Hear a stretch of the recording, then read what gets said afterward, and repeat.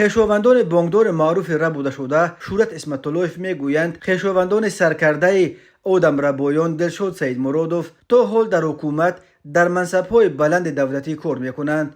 باور میرود که محض همین خویش و تبار بلند پویش هر دفعه که دلشاد سیدمرادوف را از مقامات حفظ حقوق برای یگان کمبودی از کار پیش میکردند، او را در یگان ساختار دیگر قدرتی و حتی در وظیفه بازم بلندتر به کار برقرار میکردند. حسن اسمت‌اللهیف مدیر مرکز تجارتی رودکی پلازا در مرکز شهر دوشنبه و برادر شورت اسمت‌اللهیف که از روز ربوده شدن برادرش در صحیفه خود در فیسبوک به عنوان آدمربایان پیوسته لعنت و نفرین میفرستد، در یک مطلب خود با نشر عکس دلشاد سیدمرادوف به این مسئله، یعنی تا حال در منصب‌های بلند کار کردن خویشاوندان نزدیک سرکرده آدمربایان تاکید کرده است.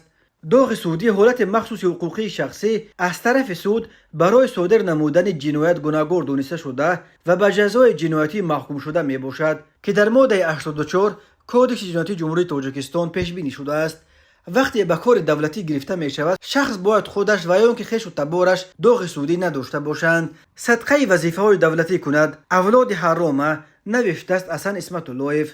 معاون اول رئیس آریان بانک شورت اسمت‌اللهیف شام 23 میلیون سال 2023 تقریبا ساعت 22 دقیقه از نزد منزلش در کوچه زکریای روزی محله 8 مارت از مرکز دوشنبه را بوده به منزل در دهه شاداب جماعت چهارباغ نویه ورزو بردند و آنجا او را چنان لطکوب و شکنجه کردند که ساعت 3 شب 24 میلیون جان داد. یکی از آدمربایان رستم اشوروف که شام 30 ایون در راه فرار به اروپا در فرودگاه کشینیوف 2 افسر ملدوان را کشته و خودش هم تیر خورده بعداً در بیمارستان جان داد.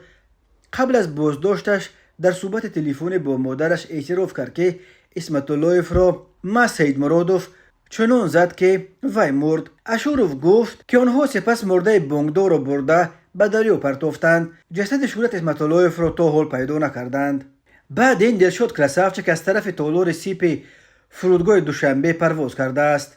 بنا به اطلاع منبع پایگاه بامداد، او را در فرودگاه مسکو هم سبقان دانشگاهیش پیشواز گرفته به یک پایگاه شرکت خصوصی حربی چویکا واگنر به سرزمین‌های اشغال شده اوکراین فرستادند و احتمال می‌رود که دلشاد کراسافچک بعداً از اوکراین به یگان پایگاه دیگر واگنر برای مثال به بلاروس یا یگان کشور افریقایی انتقال داده می شود.